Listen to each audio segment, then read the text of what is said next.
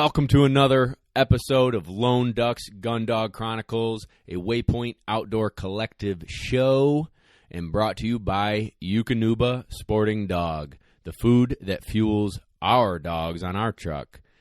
Today, I am overly excited to introduce a good friend of mine.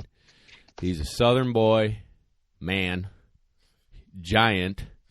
You may know him because you can see him over everybody else. I call him Western, but you can call him Wes. Wes Chester, welcome to the show, my friend. Thank you, Bob. I feel like I have made it. I don't care if I never pass another dog at a grand or make another HRCH or Master Hunter. I have made it in the dog training world because I am on your show, buddy. You're full of it. Dude, I'm so glad you're here. We always have a good time at tests. We always have a good time, chatting. So it's going to be really fun, getting to know you better, actually. We talk about current events when we talk, not your past and learning about your background. So this is going to be a really good episode. And just to give everybody a heads up, Wes has been running a lot of HRC. And so we're going to dive in today heavily on HRC tests, started season, finished, and into the Grand, which just occurred last week or the week before, right, Wes? Yep, that was last week, yep. Yep, so it's very current and, on a lot of people's minds with questions of how to get their dog there or where to find a test and how do they run the test. And to be honest with you, I don't know as much about HRC. So we don't really have HRC in New York. I got to drive far to do it or be in the South. And so I'm not the expert to talk about it. And so we brought on old Western Chester, the man, the myth, the legend. Oh, good gosh. Here we go. All right, buddy. Do me a favor. Give everybody a little bit of background on yourself. Bob, I am a southeastern Georgia boy, born right here in Statesboro, Georgia. I graduated from Georgia Southern College many years ago. It's Georgia Southern University now. They'll tell you how long ago that was. I have a Bachelor of Science in Commercial Recreation. Now, people say, what in the world is that? Yeah, it's a good question. But you know what? Commercial recreation could be the Grand. It could be HRC test. It could be master test. It could be running a golf course. It could be anything that people pay for to go and recreate. So it was kind of a broad but very interesting, and I have been able to use that, and I'm at where I am now, using that degree in a commercial recreation. No, I mean, that's where I'm at. I used to commercial recreate with a couple girls from Georgia Southern. Oh, yeah. Imagine you did. Imagine you did. We're not editing that out. I have worked in more places than you can imagine. I have worked for the state of Georgia in the prison system. I have worked in a county recreation department. I have sold construction equipment, and that was probably the best job that I ever had besides what I'm doing right now, training dogs. I love sales. I just can talk to people. I never meet a stranger. One thing my wife hates about me because I just talk to everybody anywhere at any time. But, there was a time a few years ago when construction just fell off the face of the earth. And if nobody's buying construction equipment, a salesman is not making any money. So we decided, I came home one day and they had sold our company and they had gotten rid of a bunch of us. And my wife said, what are we going to do? And I said, I think I'm going to train dogs. And she broke down and cried right there. She said, we're going to starve to death. Yeah, I can relate. What's that? I can relate. Oh, yeah, sure. So, kind of out of necessity, trying to find something to do, because I was training a dog here for this buddy and training one for that buddy. And I said, let's just do it. So I went out and built a few kennels, and I got a few dogs, and it went good. And we started running hunt tests. And we started passing dogs, and we started building hunt retriever champions. And this guy saw it, and he told his buddy, and he called, and we got his dog in and got his dog in. I mean, now we got a kennel where we keep 30 dogs here, and that's where we are. I'm That's by awesome. no means an expert. I will tell you this right now. I will train with anybody, anytime, anywhere, because I want to see how the other guy does it. I don't know it all. I want to see how Bob does it. I want to see how Frank does it. I want to see how everybody does it because there's something in his program that I can use. I've Absolutely. never trained with anybody and I've never trained with anybody where at the end of the day I went, oh, that was a waste of time. No, Because everybody has their little differences of things that they do. And I told somebody the other day about training dogs. I said it's kind of like a professional golfer. If you watch every professional golfer, there's not two of them that have the exact same swing, but every one of them get the ball in the hole. And that's what it is. That's the way it is with dog training. I mean, what may work for you, that may not work for me. I'm just a different kind of trainer than you or the next guy or the next guy. But we find what works and we get the dogs across the finish line. that's a really, really good analogy, man. Really good analogy. And I couldn't agree with you more in terms of learning from others. A, what you like, and B, what you don't like. They may get the dog across the line, but I'm not willing to go to that, length or, in terms of harshness, right? Absolutely. And then there are guys who you see that do it a different way in a positive light, and you're like, man, I could really incorporate that, and by God, it helped these three dogs, tenfold, and I'll never forget it, and yeah, learning from other people, the good and the bad, is essential to trying to be the best. It's just like sports, That's exactly right. I've really only been doing this professionally for about 7 or 8 years. And I feel like I came into the dog training world in an exceptional time because those first couple of years, the people that I trained with or the things that I watched, there was a lot of pressure. People used pressure on dogs. And then I went and trained with Colby Williams. And Colby and Mark Patton had teamed up and they were working together. And Mark Patton has come from the Schitzen world. And those guys are so far advanced in their dog training techniques over us retriever trainers. You look at those Belgian Malinois and stuff and just how driven those dogs are, and they're just on a different plateau as far as their drive goes. And you wonder, how do they make those dogs work like that? And they're so driven. And Mark said, look, you have to recreate that in training. When you walk to that line to run a training mark, that dog has to be just as jacked up right there as he does at a test, and he learns how to deal with that. We don't beat him into submission. We teach him how to handle that intensity and that drive so that when he does get to a test, he can do his work. So I've seen just in the last 8 years, people who are just pressure trainers go to more positive. They use more. What's the word I'm looking for? They're just more positive trainers than they are pressure. And Sure. guess what? Both work. But a dog that's trained with the positive, with the good, with the dog being hyped up, is a much happier dog, and he's going to do you a much better job than a dog that walks to the line scared to death. Yeah. Yep. I agree. I don't even have anything to follow up. I actually really try and pride myself on that, and I know a lot of us do, is creating happy dogs. They need to do the work, and they need to listen, but I want them to be happy doing it.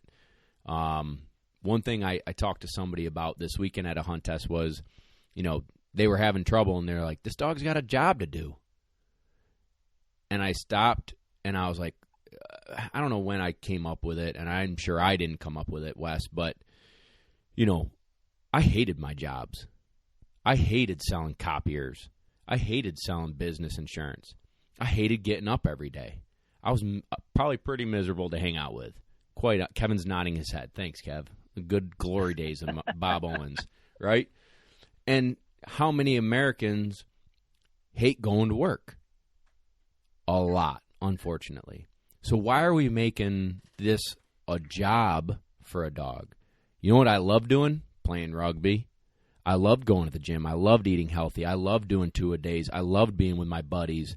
I loved, being at the end of practice and saying, let's do some sprints and, push ourselves because we're going to go to states this year,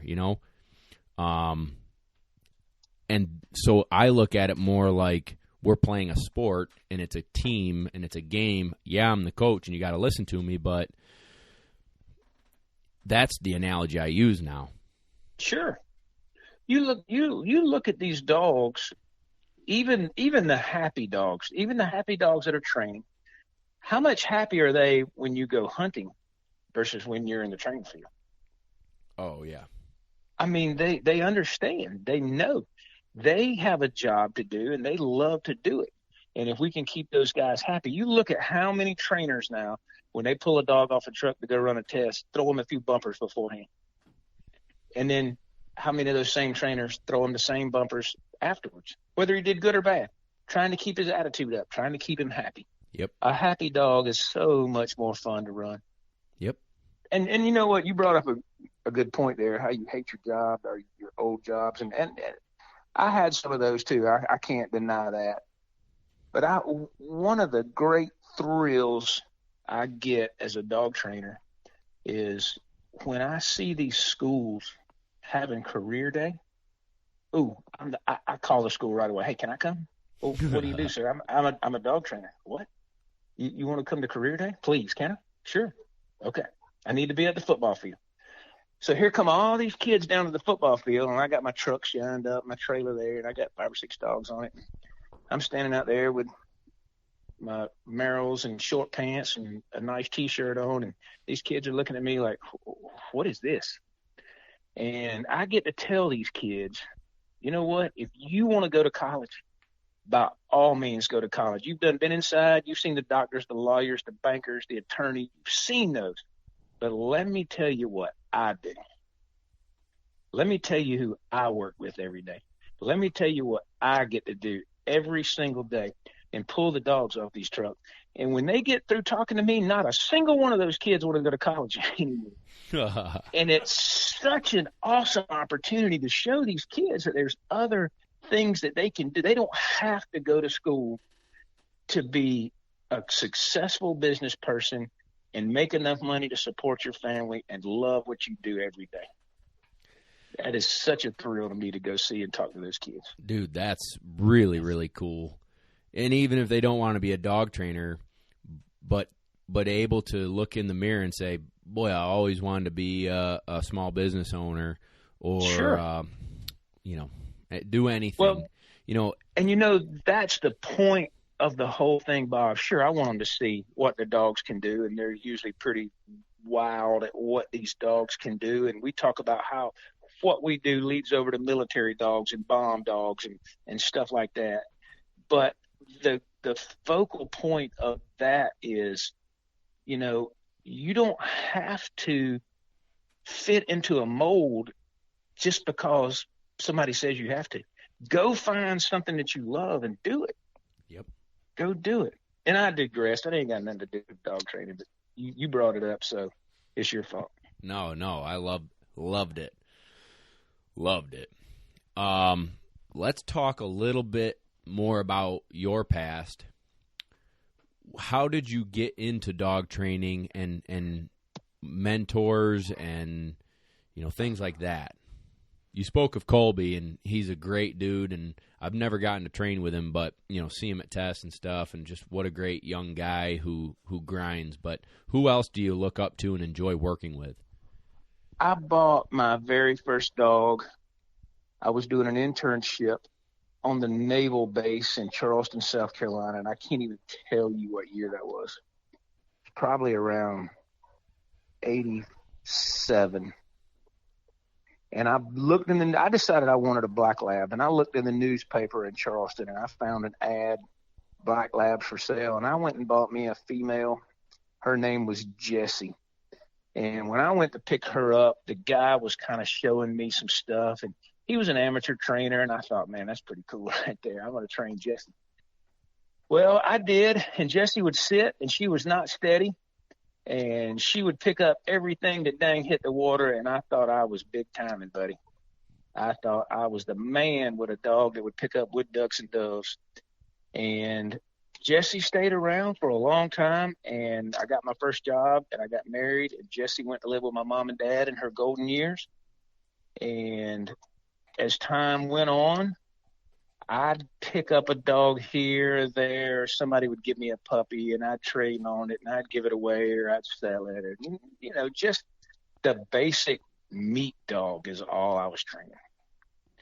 The dreaded meat dog. So we decided, 10 years ago or so that I wanted some more dogs. I didn't have any dogs, and I wanted some more dogs. And being in southeast Georgia, I had a Boykin way years ago, years and years and years ago, before anybody even knew what Boykins were. I'll never forget, I went to a dove shoot, and my Boykin was riding in the front seat of the truck with me, and we got out, and everybody kind of laughed, and they, hey, that kid brought a Cocker Spaniel to this dove shoot. And they snickered. And when the dove shoot was over, everybody wanted to know, hey, what kind of dog is that? What can I get one of those things? They were just awesome. She's just awesome. But anyway, we bought 2 Boykins. We bought a little female named Jazz, and we bought a male out of a T-Boy litter. T-Boy was an HRCH dog. The T-Boy male had poor hips at 2, so we neutered him and sold him. Jazz was an awesome dog. I still have her. She's out here in the kennel right now. No way. And Jazz could mark lights out. I mean, we would go train with lab guys, and they were like, I don't know if you want to run this thing. And I'd say, yeah, okay, maybe we probably can't pick that up. And she'd step on it, and they'd be like, wow, that dog can mark. Jazz went on to have a litter of puppies that was an accident. And it was with that T-Boy puppy, and they weren't 2 yet, and we had an accidental breeding. It happens. I hate that it happened, but it happened. And we just sold the puppies unregistered, $300 or $400 a piece. And a buddy of mine named Blaine Tarnecki, you may know that name. He called and he said, hey, man, I want one of those puppies. I said, these are unregistered puppies. He said, I want one. I want you to save me the meanest, nastiest male you got. Tell me that was Drake. That was Drake. Drake got to be about 9 or 10 months old. And Blaine calls me back and says, hey, man, any way we can get these puppies registered? I said, why? He said, this dog is bad. And we jumped through some hoops, and we made it happen. And Blaine understood, and we registered Drake with a limited privilege registration until Drake was 2, and we could get him tested for EIC and get his hips checked. And fortunately, at 2, Drake checked out. That was the same year I think he was in the top 5 at the Boykin Spaniel Nationals in the open division. And, that was Drake. No way. He ended up going on, everybody. If you revert back to our Blaine podcast, Drake is the one who ended up winning the Boykin Open, 6 years ago? Yeah, it probably was. Yeah, and like Drake was what, 3? He was only 3 or 4, maybe? Yeah, I'm not sure. Young. He was really young. I mean, that was against Chief and Stoney and Pelham. And, Chief was the most decorated Boykin in the history of the sport of HRC, had over 3,000 HRC points. But Drake was an incredible dog. Blaine did such a wonderful job with that dog. Dude, that's unreal. That's a really good story. Such a wonderful job. So anyway, I decided to be a trainer. And like every trainer that comes along, I've read every book. I've watched every video. And it just so happened that through a previous marriage, a cousin of mine asked me, he said, hey, do you know my dad? And I said, no, I don't think I know your dad. Who's your dad? And she said, his name is Keith Farmer. I said, wait, your dad is Keith Farmer? She said, yeah. He lives in Waycross. I need to introduce y'all. So she did. And I went down to Keith's place in Blackshear, and just nice guy. Just, he didn't know me from Adam. And when I pulled up at his kennel, he walked out to meet me, and I stepped out of my truck, and I stuck my hand out, and I gave him one of those good Southern boy handshakes and looked him right in the eye. And I said, Keith, I am not here for you to train my dogs. I said, I've watched every video, and I've read every book, and they always show the dog doing it right. I want to know what to do when the dog does it wrong. And I really kind of sometimes wish I hadn't said that, because he has rode my butt when I do it wrong. He doesn't mind telling me. But awesome. He's probably taught me more in this sport than anybody. He's always an open book. I mean, I can call him with questions about anything. He doesn't pretend to know it all, but he will tell me what his experiences are. And he's taught me more about this dog training than anybody else. That's really cool. With that being said, Bob, and I hope you've had the same experience, but I've never been to another professional trainer and ask a question and they not give me the answer. Everybody is so polite and they want to help each other, especially in the hunt test game that you and I run, because we're not competing against each other. Right. We're competing against a standard. So I want to see all your dogs pass. I want to see all Blaine's dogs pass. I want to see all Matt's dogs pass. And, we're there for each other when they don't pass. I come back and say, what in the world? Did you see what that dog did? What was he thinking?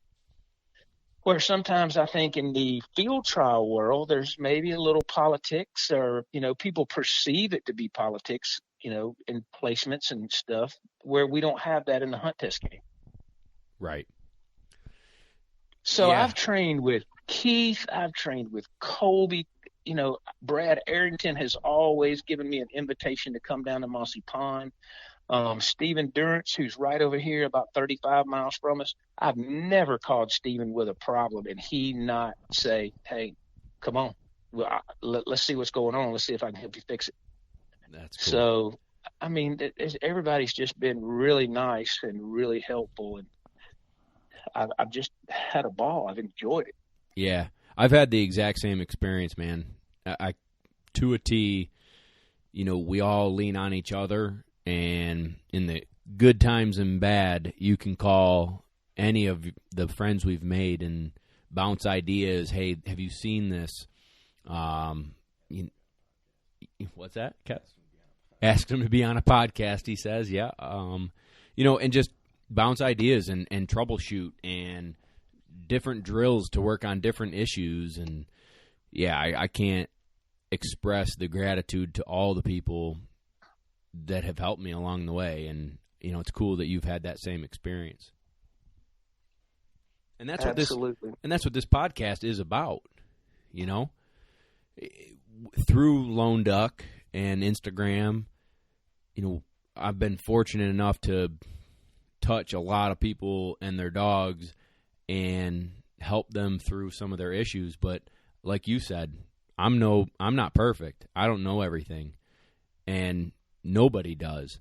But we are all collectively a resource that can maybe today, talking to me and you, they can hear something that we say and say, boy, I'm going to try that with Jed. And old Jed's going to come out of the box happy now because they're going to throw fun bumpers before and after. You know what I mean? Absolutely. And, I think I obviously watch all your live stuff, and I enjoy the questions and I enjoy your answers. But I think sometimes amateurs are scared to approach a pro trainer when they should not be. Folks come and train with us. I mean, you can come and day train with us. You can call me with questions, and I'll be glad to answer it for you. You don't have to be scared of pro trainers. We want to help folks. I know not everybody's going to send me their dog. They're going to try to train them themselves, just like I did when I was in college. Mm-hmm. So, anybody that's listening, if you have a question, go to your pro trainer. You know how happy I would be if a truck pulled up here in the morning and said, "Hey, I'd like to watch, and I got some questions for you, but can I stand out there and throw a bird for you?" Yes, you can. Absolutely. Uh, All right. Let's dive into a little bit of your duck hunting. oh, geez. I want to know. Ooh. I want to know what you like to do, where you like to go, buddy. Well, you're cursed if you're a duck hunter and you live in Southeast Georgia. I mean, you're cursed because we have some wood ducks. If you're lucky enough to find a few early season teal on a pond, you better go and shoot them suckers right now because they will not be there in the morning. Just we're really close to the coast. I'm 50 miles from the coast in southeastern Georgia. I can be in Florida in an hour and a half. I can be in South Carolina in 45 minutes. I can be on the beach at Tybee Island in an hour. So we're just not the mecca of ducks. So we've had to do our research and travel. I have a buddy that we graduated college with, Mr. Yancey Houston, and he's probably not listening to this, but I started hunting and fishing with Yancey. Ouch, man. Maybe he is. Well, he's not the most technical, computer savvy, Instagram kind of, But I'm going to tell him now that he's going to be on there, so he'll go and listen. And we started hunting with those guys when we were in college, and they had a place over on Lake Blackshear, and I went with them. And the very first duck hunt I ever went on a big lake, I killed a banded hen mallard, and I was like, "Whoa, that's pretty cool." And I was hooked. And this was back in the glory days again. This was probably late 80s. When, that was before Duck Commander. Nobody really knew anything about duck hunting down here. But Lake Blackshear was on the Flint River Flyway, which the birds came down on the eastern flyway all the way down into Florida. And there was tons of ducks. I mean, I can remember back then, those guys killed blacks. Mallards would show up late in December and into January. And that was just like fun. I was hooked. Well, Yancey's brother, Jason,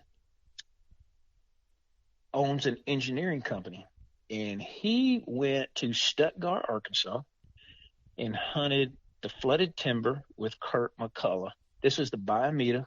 This was back when guides could hunt on public land. And they went in there the first day, and they killed like a 10-man limit. And if you know who Kurt McCullough is, I mean, he's just a god in Arkansas with flooded timber hunting. And Jason kind of watched that and went, you know what, we can kind of do this ourselves. So he started carrying us to Biomeda in Arkansas. And I think we have now been consistently for somewhere between 27 and 30 years every year. The same group of us go back. And through his engineering firm, he has now built a house out there. He runs his business for 60 days out of Stuttgart, Arkansas. He leases land, and we have beans and rice and reservoirs in that public land right there. And I have just basically built my duck hunting career in Arkansas. Dude, that's so cool. And it's just, if you knew the group of guys that we hunt with, and we duck hunt and we deer hunt, and we don't use guides. We're going to Nebraska, and we're hunting public land, and we knock on people's doors and say, "Hey, can we pay you to hunt?" And we guide ourselves. And that's just so much more fun and so enjoyable when you can go and be successful doing it yourself.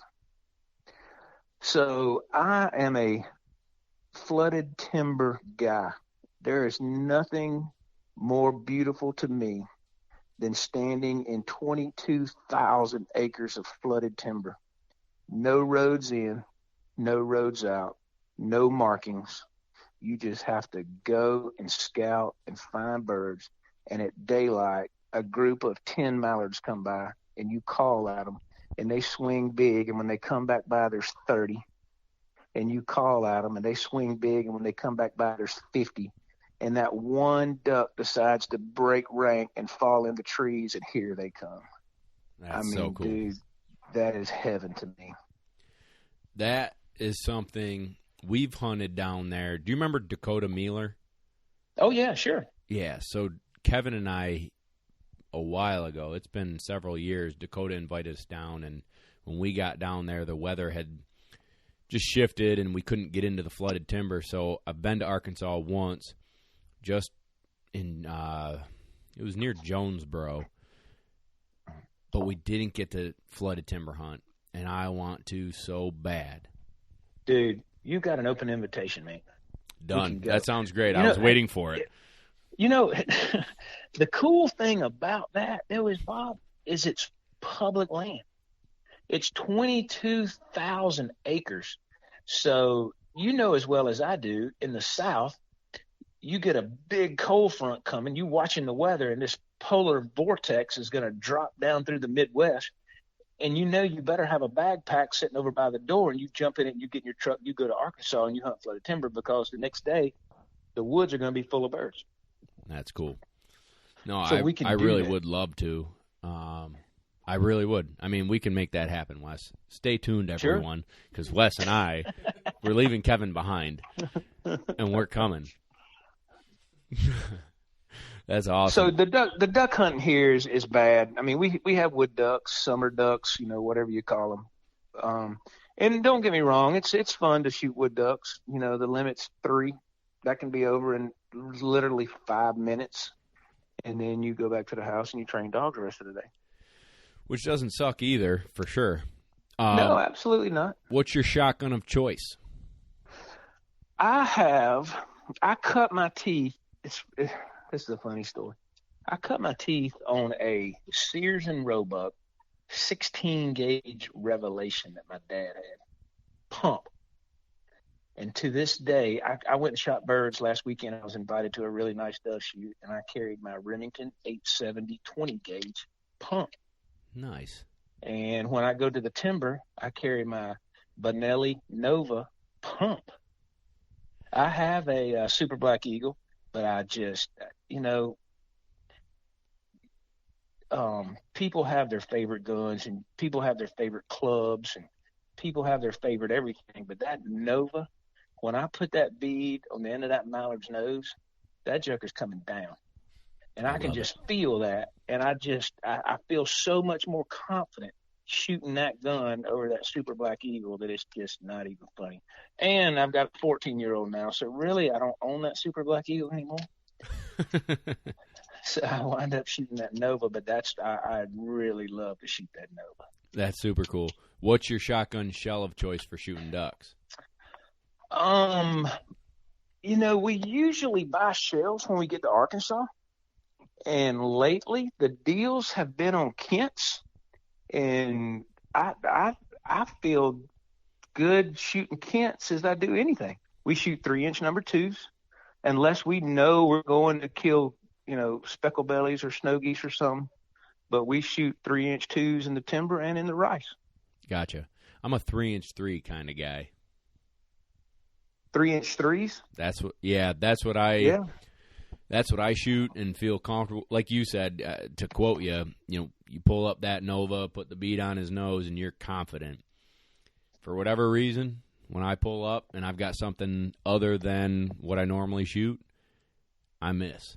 When I put a heavy shot, 3-inch 3 in, I'll knock my limit down in 10 shells versus a whole box of something else. I don't know why. I don't know if it's the gun. If you gave me the same style gun but a different, who knows? But it is what it is. So I'm not changing it, man. That saying goes, most people miss by 6 inches, and it's that 6 inches between your ears. And that is the absolute truth. When you feel confident and you pull that gun up, man, that's your gun. That's what you grew up with. You just feel good about it, and mine is the Nova. Good for you. Cool. All right, let's get into HRC, man. So a lot of our questions, just dog training and dogs, the South is where it's at. The Southeast, North Carolina, South Carolina, Georgia, Alabama, it's big down there, and so is HRC. And that's kind of where you cut your teeth, as you said before. So, if someone is starting and they got a young dog, and they want to get into HRC, tell them how to do it and what they can expect at a started test.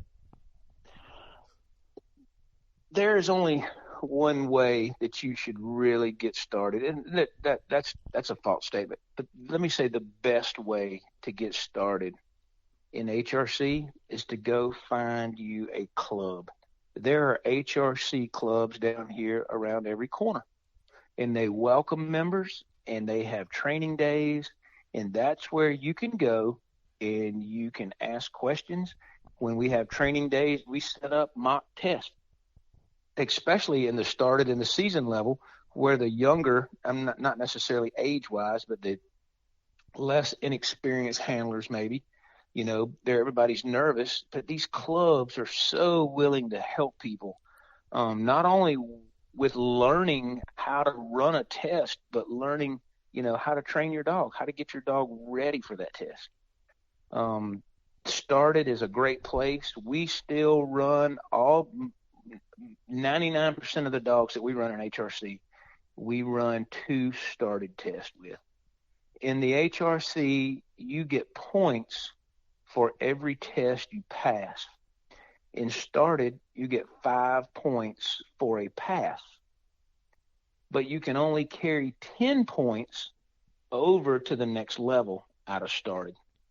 So we run 2 started tests to get the 10 points, to get the dog the experience of being at the test, because so many people overlook that importance. And then we move on to season. But a started test is nothing more than 2 landmarks, 2 watermarks. We want to see the dog go to the area of the fall, establish a hunt, pick up the bird, return to the handler.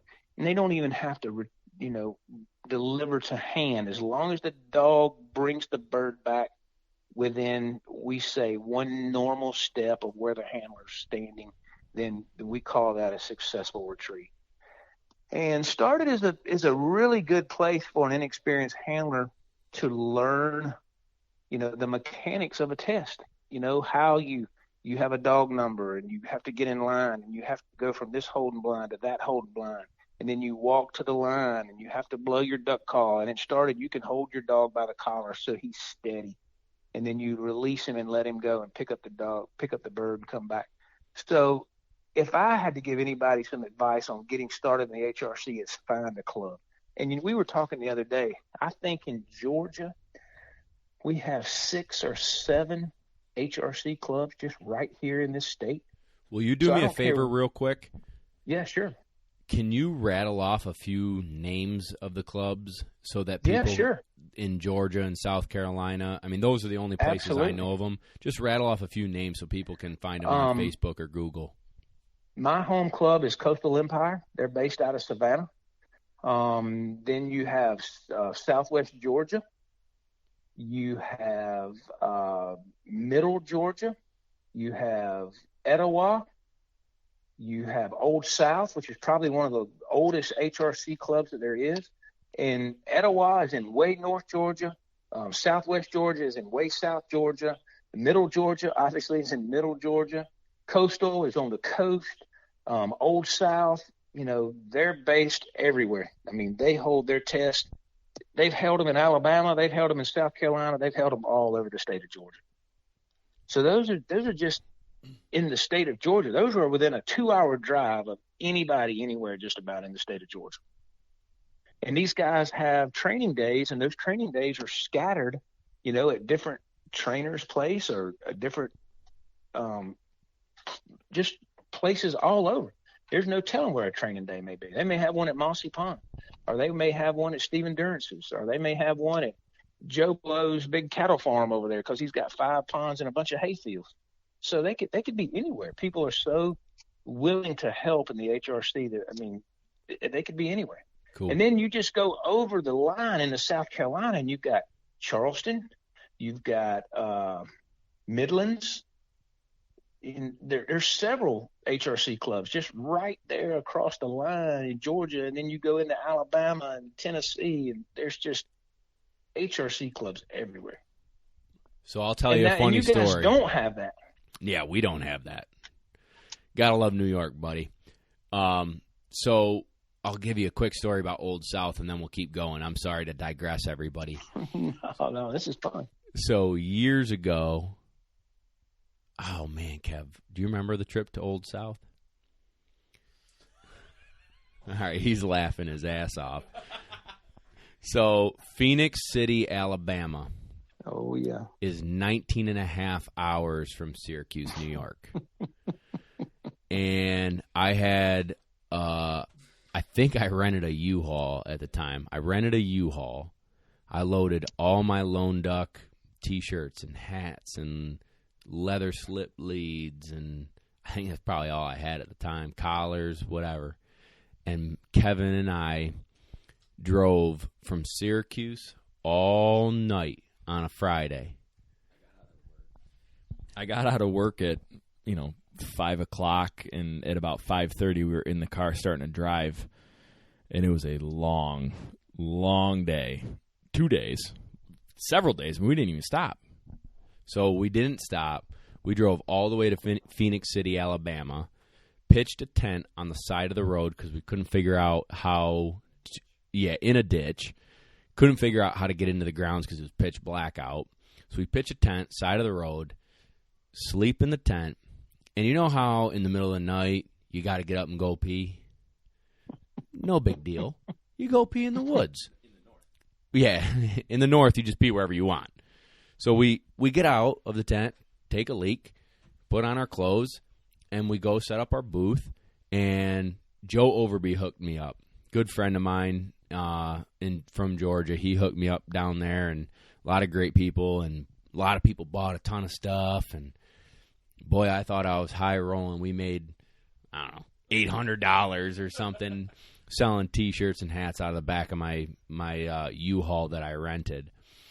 So this dude walks up to us, super nice guy, and he had to talk to us for an hour. He's like, "Were you guys the ones sleeping in the tent on the side of the road?" We're like, "Yep, that was us." He goes, "You know we got snakes down here, right?" And we're like, yeah, uh-huh. He goes, "Yeah, you couldn't walk 10 feet into those woods without stepping on a snake." And then a girl walks up, and she's like, "I just had to shoot a water moccasin 2 minutes ago." I'm like, Jesus, we are not in Syracuse anymore here.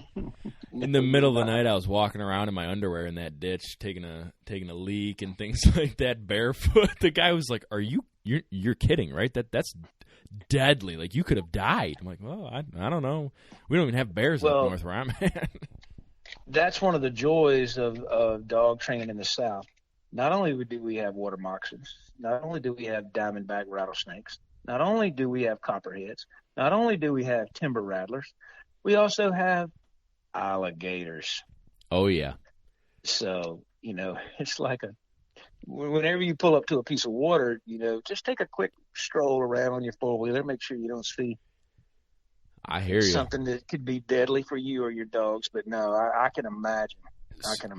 So we literally sell our gear on Saturday, turn around Saturday night, picked up a dog from Lee Howard and Brad Arrington, drove it to Nashville. At like midnight, a guy picked the puppy up in Nashville. We slept in a Chinese food parking lot, drove the rest of the way Monday morning, and went back to work on Tuesday. That was for $800. Oh, did we drive Sunday? Yeah, you're right. So we drove all the way on Sunday and went to work on Monday for $800 and slinging Lone D gear in freaking Phoenix City, Alabama. But look what kind of character that built in you guys. That's right. Kevin said ugly. He called me ugly. No, it was, dude, we did a lot of crazy stuff like that. And you're right, it was fun. And the people we met, I'll never forget that story and all the other ones that we did. But anyways, that's my Phoenix City, Alabama and Old South story. All right, now we got a dog ready for seasoned. Let it rip. What do you got to do, bud? Season test, the dog's still on lead. You go from holding blinds, you walk to the line on lead. Once you get to the line, you take your dog off lead. You steady the dog. You can either start the test, depending on the judges. You can start it with a cold blind, or you could start the test with a set of marks. Again, you run a land series and a water series. It's doubles. this time. So you would run a double water series and run a water blind. You also run a double land series with a land blind. And somewhere in that test, either on land or water, you have to do a diversion. So when your dog is on the way back from it's usually the last mark the dog picks up, they will throw another bird that you must load a shell and shoot at, and your dog must continue to come back to you with the bird that it's originally had in its mouth and deliver that to hand before it picks up the diversion bird. Again, you're just displaying some control in the retriever. You also have a walk up, which is you will exit the blind. You have loaded one shell, and you are walking in a specific direction wherever the judges have told you to walk to. And as you're walking and that dog's at heel, a bird will come out of a winger hide being thrown out in front of you, and you must steady the dog, shoot at the bird. Once the dog has displayed that he is steady, now you send the dog to pick up the bird and bring it back. Again, it's just a control issue. When going from started to season, you have to have a dog that is much more under control. You cannot hold your dog at the line anymore. He must be steady to the shot and not leave the line until he is directed by the handler. So now we're getting into some hunting dogs. Where in started, we're just showing that the dog has the ability and the want to. Now, I mean, a good seasoned dog, a good season level dog is a hunting dog. I mean, he should show characteristics and he should be proficient that you could take him to the duck blind or to the dove field and actually be a pretty doggone good hunting dog. I agree with that. You know, able to work. Do they have to honor? Do not honor in season. You do not honor in season. Okay. And they've got to, you still have to shoot the gun over their head, correct? Yep. The handler shoots the gun. He shoots at every mark. He shoots at the diversion, and he shoots at the walk-up. Very good. And you have to be in full camo gear. That is a new rule. It's funny. It's, yes, you have to have camo from head to toe. Camo pants, camo shorts are allowed, a camo shirt, and if you wear a hat, it must be camo also. Really? But at least, yes, and it cannot be a visor. You must wear No, I take that back. In a regular weekend test, you can wear a visor. At the Grand, you cannot. But at the Grand we saw last week, you do not have to wear shoes. You don't have to wear shoes. If you saw that picture, a female handler named Callie, who is a super handler, she titled one of her dogs as a grand champion last week. Nice. It got so much rain up there that it was just mucky, muddy, nasty. And Callie just kicked her shoes off and went to the line, and they had built a platform that you sit on to run the dogs out in the water, and she was just as barefooted as she could be. That's awesome. That was pretty cool. It was. I mean, why not, right? That's right. So what? But that's a season test. That's really cool. So, do you typically find yourself running more seasoned or finished dogs? You kind of just hit the whole gamut. Yeah, I mean, once we get to that season level, we go ahead and run all 3 season tests. I mean, you're really getting that dog an education of how to run at a hunt test. You're going to find running hunt tests, you just cannot duplicate that in a training environment. When the dog gets there on the truck, all right, he's loaded up here on Friday night. We've driven 3 hours. He spent the night on the truck. He knows something's up right now. We get to the test. There's trucks everywhere. There's dogs everywhere. There's people everywhere. Duck calls are going off. Guns are being shot. And this dog is so jacked up. He's ready to do what he came to do. But again, you have to show that control. That dog has to be under control. He has to be steady. And through running season, it creates a dog who understands the hunt test game. And he is now, much more experienced when he gets to the finish level. Do you have to run started in season before you run finished? No, absolutely not. You could go straight and run finished if you want to. All right. So, Wes, I apologize. I just ran and took a quick leak. I'm cheating on Busch Light. I had Coors Light tonight, so my apologies. But I want to touch real quick. How many passes to get started? 4, correct? Okay. All right. The HRC, to earn titles, you have points. So for every started test, you get 5 points. But if you remember, you can only carry 10 points from started over to the next title. So if we ran 4 started tests, you would get a started hunting retriever title. But you can only carry 10 points over to season. When you run season, you get 10 points. And you must have 40 points to have a seasoned, a HR, hunting retriever is the title you get once you get 40 points. So if you didn't run started, you had no points. You have to run 4 season tests, which are 10 points apiece. Now you've got 40 points if you've passed them all, and now you have a hunting retriever, an HR. Or if you did run those 2 started tests, you carry 10 points over, a season test worth 10. You run 3 of those plus the 10 points you brought from started. Now you have 40 points. Now you have a hunting retriever, and you only ran 3 seasoned tests because you ran 2 started tests. Did that make sense? Yeah, it does. I think we typically run AKC though because we're not math guys, so that makes it a little bit easier. Do you run any AKC stuff with your dogs? AKC, absolutely we do when we can get in the test. And that's a whole nother podcast, buddy. I was going to ask which one you think is more difficult to get in.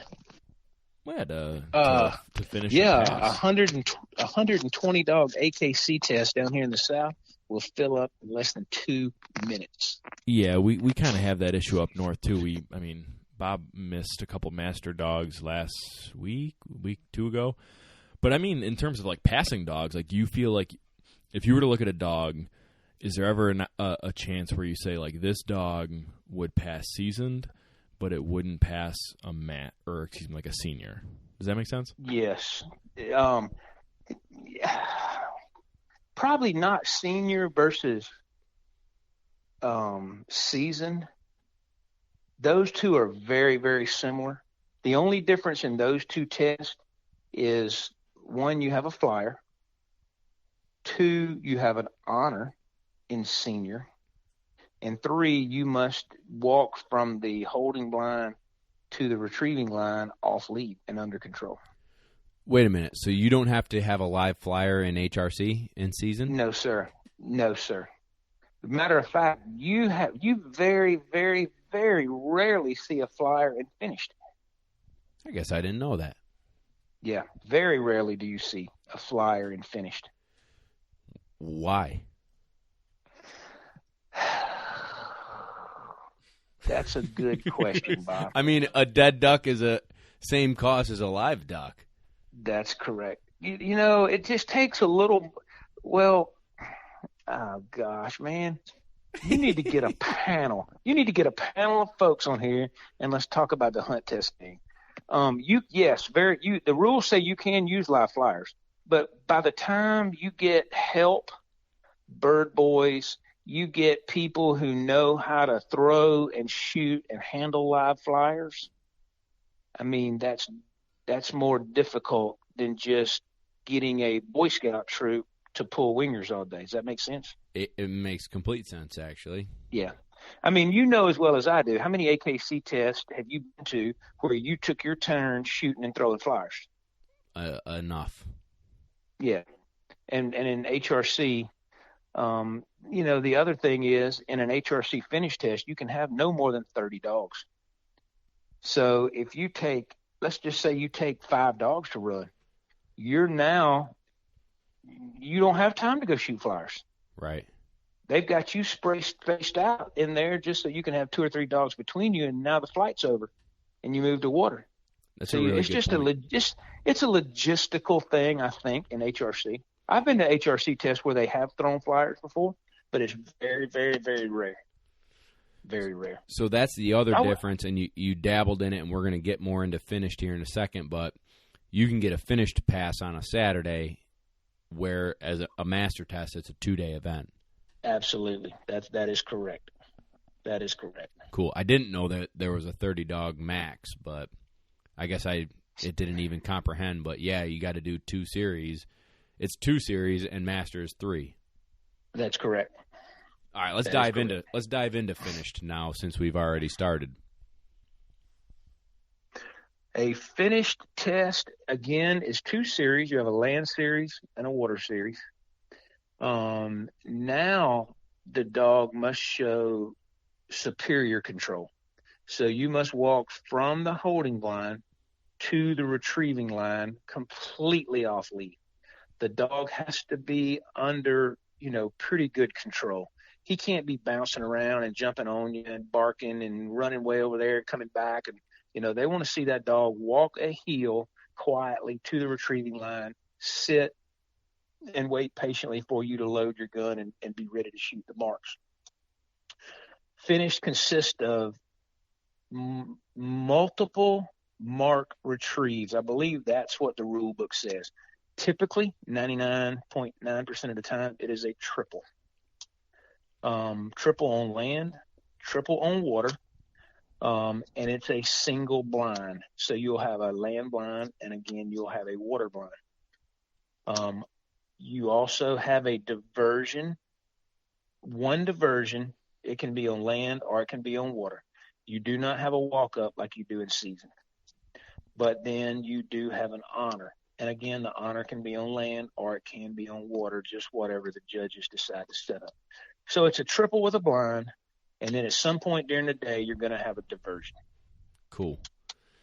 So I'll give everybody a little story about, I ran my old dog, similar to your story, Wes. Like, we had that dog that we wanted to be more than just a meat dog. Well, this is old Buck, and when I was working for Rhett in South Carolina, I ran him in a few finished few finished tests. And we got a couple passes, and we had a blast doing it. I loved it, and so did he, because he was more of a meat dog than a fine, polished master hunter and whatever. And I forget who was judging, but he was the regional rep for HRC, and he put on a humdinger of a test in South Carolina. And you had to sit on the dog stand with the dog in a flooded little timber hole and blow your duck call. First bird came out, shoot it once. Second bird came out, shoot it twice. Rack another shell in, shoot the third bird. It was so, you think that's easy, right? No. With the stress and the nerves and, making sure your dog did the job and everything. Man, I was sweating. I forgot to shoot the next shell. And he whispered, he goes, shoot the next shell. Shoot the next shell. I'm like, bang! The sucker was already in the water. I'm like, well, I guess I fake water swatted him. But it's very realistic to a hunt. And water swatting, clearly. And, man, we had a great time doing it. That sounds just like a David McCracken test. It wasn't McCracken, but I know who he is, and I love him. I can't think of his name, and now I feel terrible. But anyways, Kevin's asking who David McCracken is. Mr. McCracken is a American Water Spaniel expert. Yes, he is. His dog Gumbo is great dog name. Gumbo is correct me if I'm wrong, but the most HRC pointed American Water Spaniel. Yes, sir. Yep. And him and his wife are Water Spaniel connoisseurs. She shows him in the show ring, and he runs them in hunt tests and hunts them hard. And they're just the most exceptional people you'd ever meet, and he's a great judge. They are. They're great guys. David he's an excellent judge. And if you ever draw David McCracken at a test, 1, you better bring your waders. And 2, you know that it's going to be the most realistic he can possibly make it. And it's a lot of fun. Yeah, super cool guy. Great stories. I really always enjoyed him, and, yeah, he called me Yankee Bob like the rest of you guys, but I loved him. He would be like, he used to have labs, and again, I'm teasing, but I don't mean it disrespectfully, but the way he said American Water Spaniel, that's right, like that slow Southern drawl, and just a gentleman. I love him. He's a good dude, and his wife is awesome as well. Miss Lois is, they're just salt of the earth people. And, you mentioned they show them in the show ring and they hunt test them. And we're talking about the same dog. That dog will run a hunt test on Saturday and be in the show ring on Sunday, and they win. Yep. They win. Yep. Super cool. So with finished, they got to honor. They got to do a triple. They've got to be good with gunfire. They got to be steady. What else can they throw at you, and what else should people prepare for if they want to run a finished test? A finished test can be, shoot the marks, stand up, run a poison bird blind, come back, pick up your marks. A finished test, a finished dog truly needs to be ready for anything, down the shore blinds, re-entry stuff, mom and pops out of the same winger had, it's just a really anything that judge can think of to throw at you, they will and can do. How many points do you need to become an HRCH, a hunting retriever champion? You must have 100 points. How many tests So is that's that? why, if you've ran, all right, here we go again. Who's on first?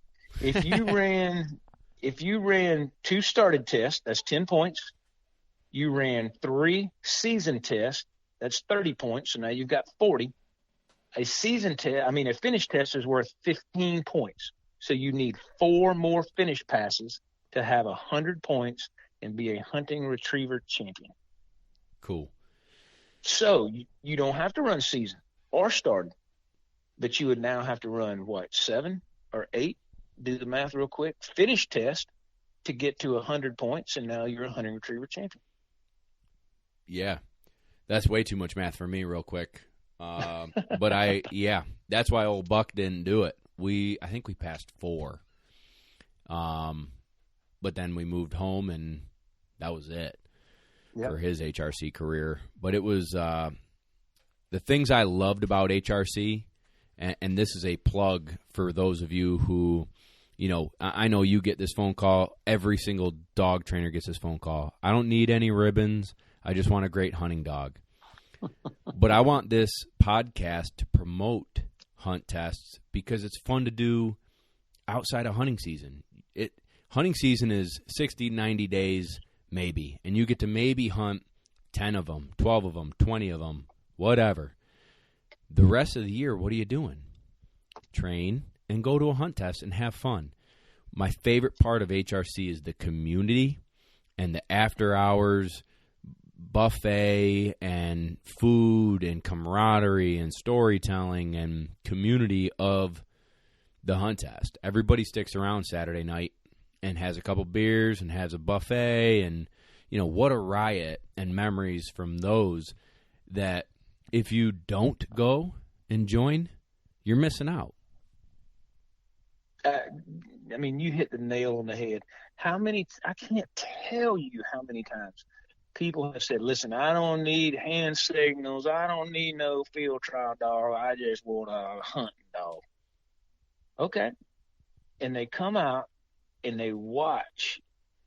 And then you invite them to a hunt test and they go, hey, you think my dog can do that? Well, absolutely your dog can do that.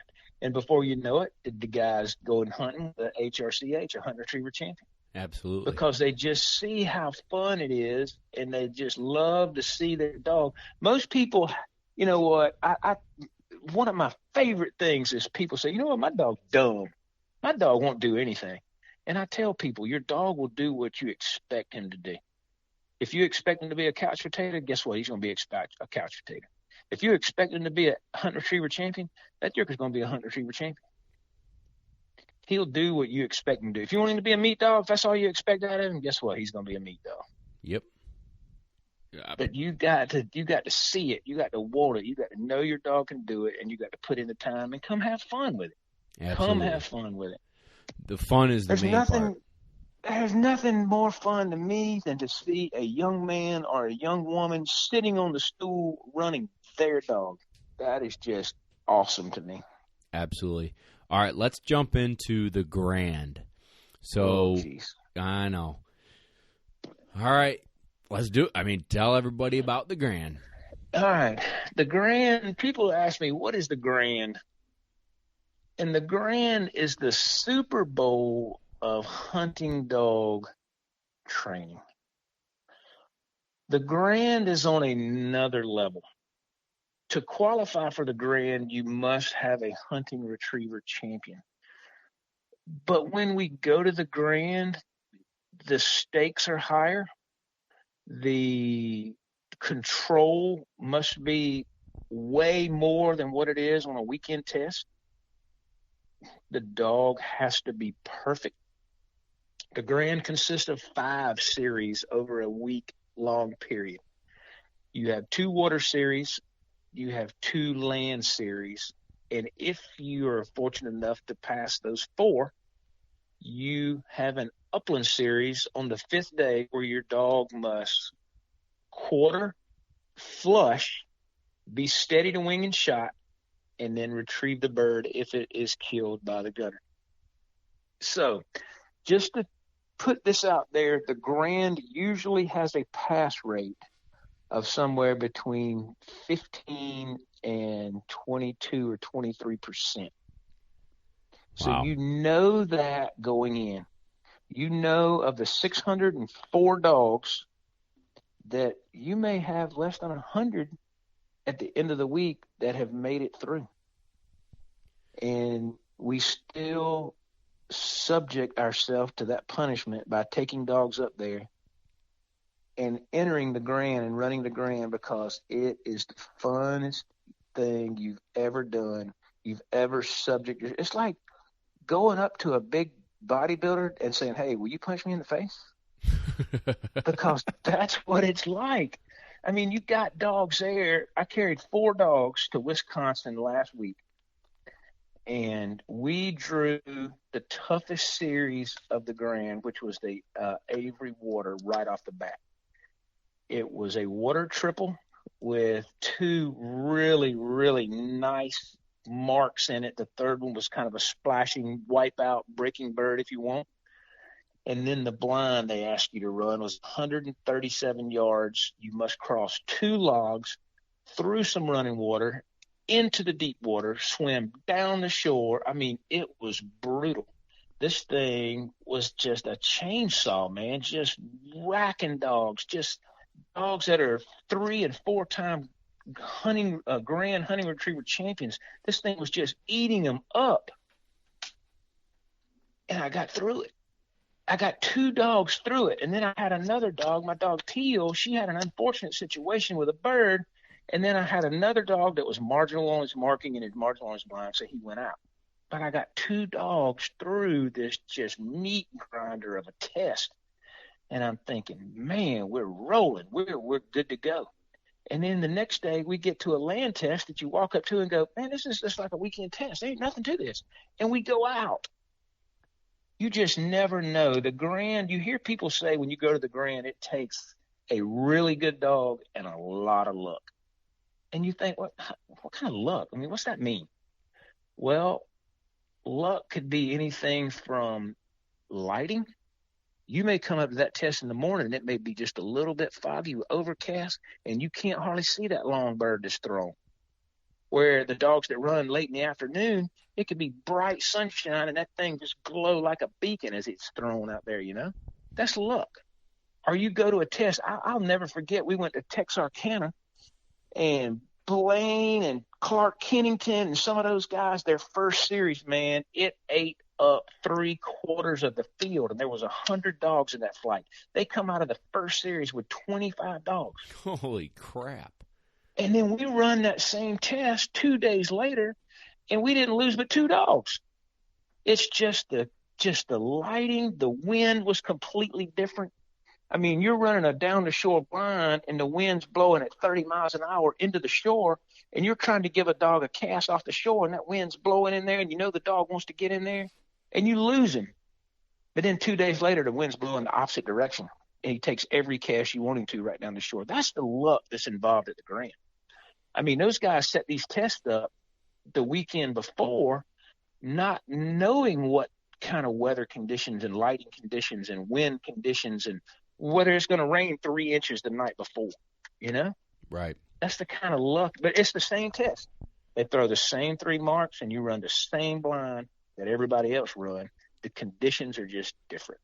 Talk about the standard that is upheld at the Grand. The standard line manners are just so much tighter. So, I mean, you must have a good dog that's under control. The dog cannot creep. I mean, a dog that creeps past the end of the gun barrel, the judges will just ask you to pick him up. I mean, they will hurt your feelings. Listen, they do not mind hurting your feelings at all. Then once you get a dog that sits and watches the marks, I mean, they must go to the area of the fall and put on a tight hunt and find the bird. If your dog leaves that area of the fall, I mean, they may give him just a few seconds to figure it out and get his butt back in there and find that bird, or they will quickly tell you to put your dog on the bird. You know, the Grand scoring system, you get one of 3 scores. You get zeros, of course, you can take that dog out and carry him home. You can get 1s, which are marginal, or you can get 2s, which mean you did the work and you're clean going to the next day. So you handle the dog one time. That first day, if you have to handle a dog on a mark, you're on 1s. So you're on shaky ground right now. Marks and blinds are scored separately. It's not like a weekend test where they kind of just look at the whole, how did the dog do? Okay, he had one little bit of trouble over here on this mark. He had a big hunt, but he did find it. We had 2 or 3 cast refusals on the blind, but, you know, we're going to pass it. Not at the Grand. I mean, 2 cast refusals. You get that 3rd one, you can pick him up and take him home. It's really high standards. It's exceptional hunting dogs. I mean, that's why at last count, if I'm not mistaken, Bob, there's less than 1,000 Grand hunting retriever champions ever. Less than 1,000. And that number may be closer to 900. I didn't know that. Yeah. But you have to pass the Grand twice to get the title of Grand hunting retriever champion. That's a great point. So your blinds must be very tight. Very tight. I mean, when they tell you better challenge the line, you better challenge the line.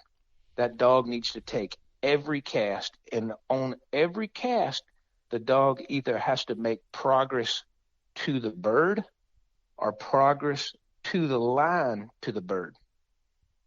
So, you know, a dog that's, you know, running parallel to the line, let's say you kick him off and he runs parallel to the line to the bird, you know, for 100 yards, and you stop him and you give him a tweet, a 5-yard over to pick up the bird, he fails.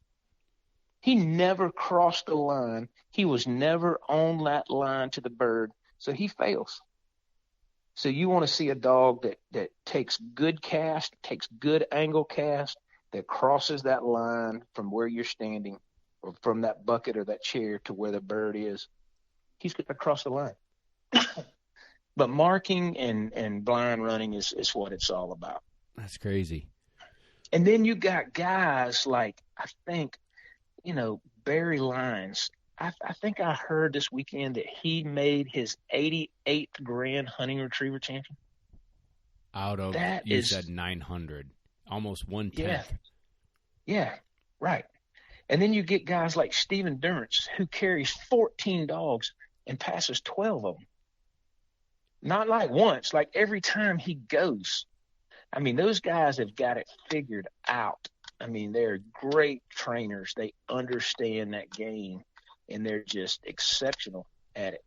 Well, that was something that I don't know, maybe even you and I were talking about it, but people who have played the game, the Grand, enough, with enough bullets in the gun, a.k.a. dogs, have figured out what it takes, how to pass the Grand.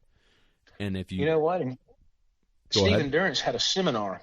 Stephen Durrance had a seminar last year, and the title of that seminar was How to Pass the Grand. It wasn't about training. It wasn't about handling. It was how to pass the Grand. And it was so enlightening. It was incredible. I mean, I came away with that thing with so much knowledge. You can't tell it because I didn't pass any dogs this last time. But it was just incredible, the knowledge that those guys have on how to pass the dog. That's cool, man. I wish, it makes me hungry to try it, and we don't have them up here, but I'd have to go to how many weekends to get Memphis enough finished passes to get our HRCH, and then drive to Timbuktu to run the Grand. And then one of the points I want to make is the Grand is twice a year, a spring Grand and a fall Grand. And God, I don't have enough time to sleep, let alone figure out when I can go to a Grand. And it's again, Bob, I know what the chances of passing that thing are, when you go. I've got 3 Grand passes I got a Grand pass on 3 different dogs. And I know what my chances are when I sign that dog up. And the owners know what the chances are when you sign that dog up. But when that dog comes away with that big green ribbon, man, it's a feeling like you can't imagine. You can't imagine to know that you are one of, 20% of the dogs that signed up that passed this thing. That's unbelievable. It's awesome. That's unbelievable. Wes, that was an awesome podcast, man. Awesome podcast. I enjoyed it, Bob. You and I have a good time every time we get together. You guys are doing great things. You guys are doing great things for amateurs. I love to see the feedback that you guys get when you go live on Instagram and the questions that come in and the way you and Kevin interact with those guys. You're doing great things, man. You got it going on. Thank you. I appreciate it. Plug yourself now. Tell everybody where they can find you, and if they want to get a dog from you or send their dog to you, how do they get a hold of you? We are in Statesboro, Georgia. We are on Instagram. We are on Facebook. We are Shady Acres Retrievers. We're right down here in the gnat, snake, alligator capital of the world. Knock on wood. We've never had a snake or an alligator bite. We're really careful about that. But, yeah, you can catch us there. My phone number, straight to my cell phone, is right on our Facebook page.